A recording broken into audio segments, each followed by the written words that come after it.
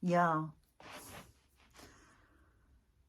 when I got done looking at these videos and thinking about non-sustainable growth with these big superstore chains going out of business in places like China, and of course a lot of brick and mortar stores going out of business as well in the USA and in other places.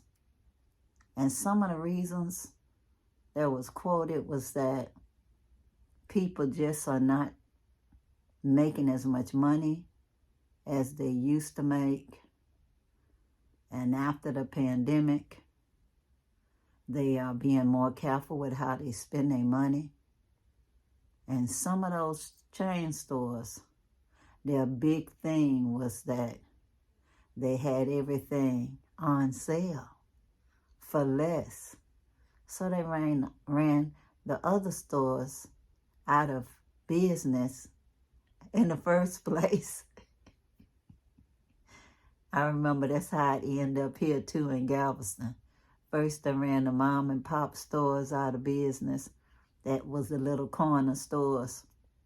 And then they had the regular grocery stores. Then they had coupon wars amongst each other. So you go to 3 and 4 different stores to do your shopping and try to save money. Because folks ain't loyal, y'all. They just ain't loyal to no one place. It's all about, quote, saving. Even if you spend your gas and your time going from one store to another trying to get the sales. Well, anyway, y'all, this store sold stuff so cheap. They had to keep getting loans so they could pay their bills. And then eventually, they had to start selling some of their assets to stay in business. And now they're out of business. So what price progress, that's what I was talking about on a previous video, that we would run poor people out of business that had their micro businesses not thriving, y'all, but enough that they could feed their family and send them to school and have dignity. And then we wanted to clean up the streets. And so we told them they couldn't sell on the streets. They had to move on. And we load them up in buses and take them away for bad weather and never take them back again. Because where they used to live was flooded out. I'm talking about in Galveston, y'all. So the poor disappear and they don't come back. But all of this so-called progress, y'all, is non-sustainable. Imagine that they tear down so many trees to pave the roads to go on endless driving to another city that looks the same. They all look just the same. When you're talking about progress, they universally look like boxes. Tiny boxes, big boxes, whatever. All I can say is I hope that we can turn it around, y'all, with the permaculture economics model, y'all. We turn it around to grow what you eat what you grow, keep it small so it would be sustainable, that if nobody helped you, that you could help yourself. If nobody helped you, that you could help yourself. That you would never run in a deficit because what? It's only seeds. Miracle seeds like Jack and the Beanstalk that grow up and give you food for you and your family. You sell the rest and get your money to send them to school. Some will become farmers. Some will do other things, hopefully in their country of origin, in the areas of needs like medicine and building and the arts and everything like that. We need everything, y'all. It's not about stripping everything away to make it look like a whole lot of nothing, y'all. Because when those big stores opened, everybody was all excited. But then when they closed, because they can't afford to stay open, it'll just be empty buildings, y'all. Empty buildings, because people can't even pay the rent. They'll become eyesores in time. When people don't occupy something, it falls apart. And all of the beautiful scenery that once was will never be.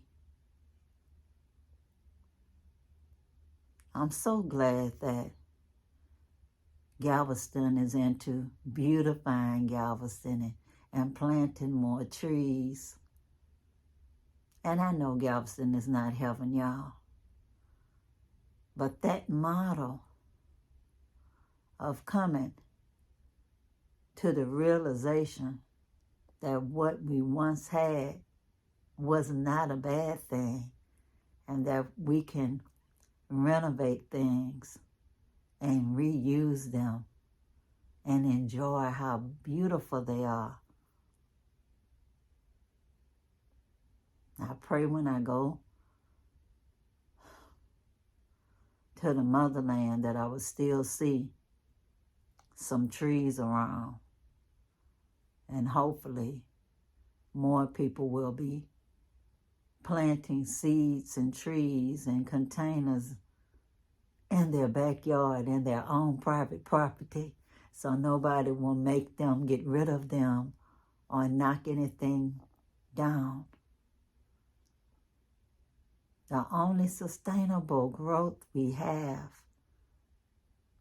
is to keep it small. Keep it small so we could afford it. And we can be happy.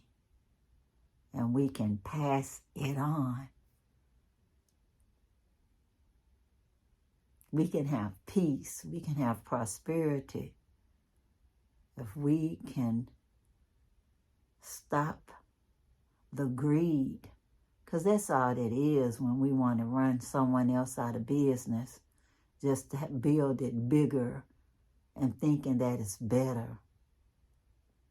That's what causes the problem when we have to borrow money just to expand and expand and expand. And then it gets like a balloon and pops, y'all. The bubble pops. It's a balloon, it's a bubble, whatever, it pops. And everything that was sustaining it ceased to exist, like people's jobs and things. When we keep it small, it'll be sustainable for generations and generations. That's what I'd like to see. I like it to be a relay, y'all, so we can be passing the baton. Hopefully we can teach people to be less greedy and share. Fair share. That's permaculture economics, y'all. Fair share. That I'm not upset with you because you charge me a fair price, and that you wouldn't be mad at me when I also charge you a fair price.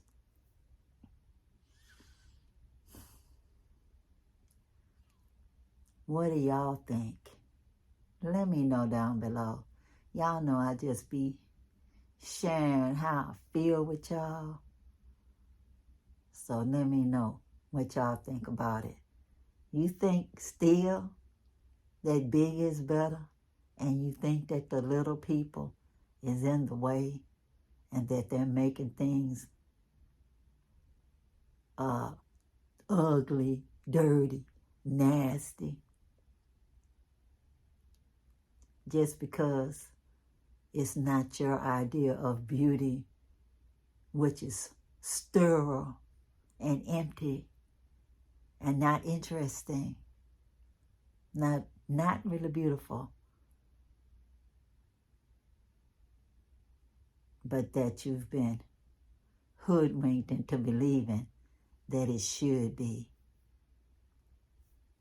It's pretty much just a box filled with stuff.